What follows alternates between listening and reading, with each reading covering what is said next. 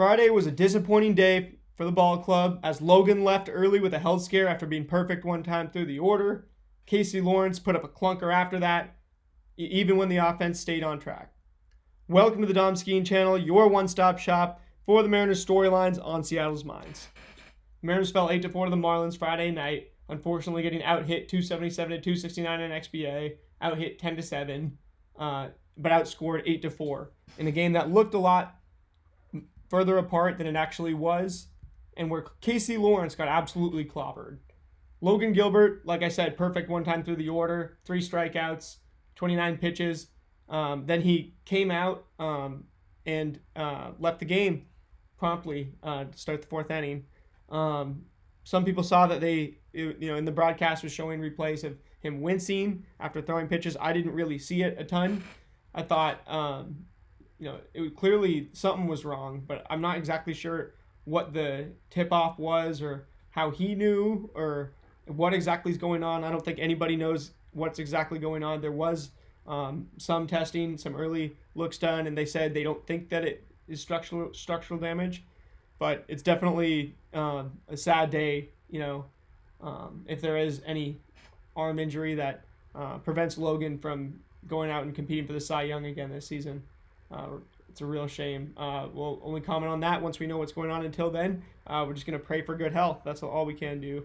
And Casey Lawrence gave up tons of hard hits. Gave up, 9 hard hits after Logan left, only giving up 2 hard hits. Casey Lawrence makes it through 5 innings, eating the innings up, having to throw 83 pitches, but giving up 2 homers, only striking out 4. Not walking anybody, although he should have, because he gave up 10 hits and 8 runs. Only 2 of them were earned, but when you put these guys on base, that can happen. Quite a few errors from the Mariners as well. Definitely not what you want to be seeing. Defense, obviously you don't want to talk about defense analyzing a lot of these numbers unless you have to. Just looking at outs above average and stuff, that stuff is not going to normalize until I would say a quarter through the season. We're still not even through April yet. So we'll be looking at that probably in the next few weeks, but you don't want to put too much stock into errors and stuff here and there. Definitely down night on morale for the team when Logan leaves. However, you look at Jorge Polanco staying hot, 3 RBIs in this one, 344 average. He's starting again tonight, 982 OPS. Even though he's just playing, the left-handed hitting, right-handed pitching side of that platoon. And then Dylan Moore still hitting 286 out of the 6th spot last night. We'll see. We'll see if we can rebound tonight. Obviously, the Miami Marlins not one of the scarier teams. Definitely not one of the scarier offenses, having a lot of random guys in there. Dane Myers, Eric Wegman's obviously a new guy, but is playing really well. Guys like Javier Sanoja, they've definitely got, again, that guy's hitting well. But Agustin Ramirez, I'm extremely excited to see through 3 games in his MLB career, batting 700, 2150 OPS, multi-hit efforts in his first 3 MLB games as a catcher who is DHing. He's going to have tons of fantasy baseball value, so I'm very excited about him. And looking into kind of the pitch mix, Cal Quantrill, we absolutely clobbered him. We hit him hard, 10 times in the night.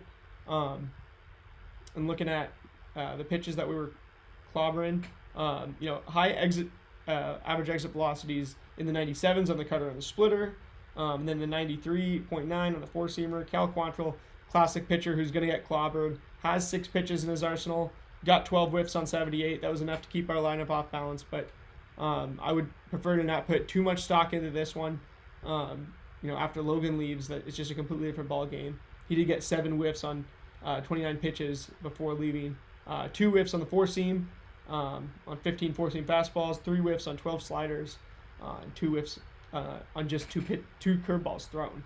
So, he was doing incredibly well. Those only having to use that slider and curveball. He can be at his best sometimes when he's just throwing that 4-seam and then those 2, that slider and that curveball that he came up with in the minors, both of which are just absolute knockout pitches. And that 4-seam obviously being a really top percentile pitch as well. That's going to do it for this one. Tonight's game, Giving you a little bit of preview of tonight's game, which I'm actually going to be going to. We're playing the Marlins again, obviously.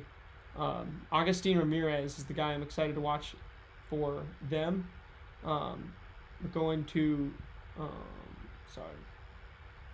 getting over to this.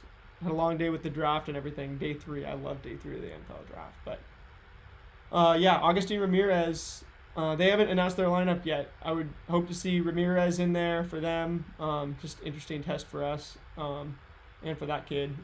Anyway, our lineup looks great, on Baseball Savant right now. Tons of hard hits. Everybody who's in the top 6 of our lineup tonight. Julio, Jorge Polanco, Raleigh, Rosarena, Rayleigh, Tellez, all having great exit velocities and hard hit metrics so far. And then, Williamson having good sprint speed. The expected numbers for him are not normalized yet, but they look good as well. And same thing with Miles Mastroboni, who's playing second. Demo getting the day off today. JP again hitting at the bottom of the order, but an elite walk percentage with Randy. Those guys are competing for the AL lead in walks.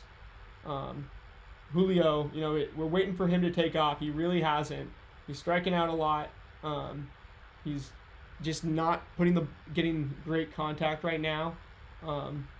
Although he is walking quite a bit, so that's encouraging to see. I think his plate discipline has matured this year. I think it's the best I've seen from him. And from the eye test, maybe not from the underlying numbers, but from the eye test, I think this is a guy who you can expect to have the best season of his career.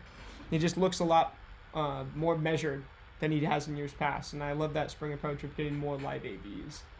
Very Edgar-esque, just in terms of 10,000 hours mentality.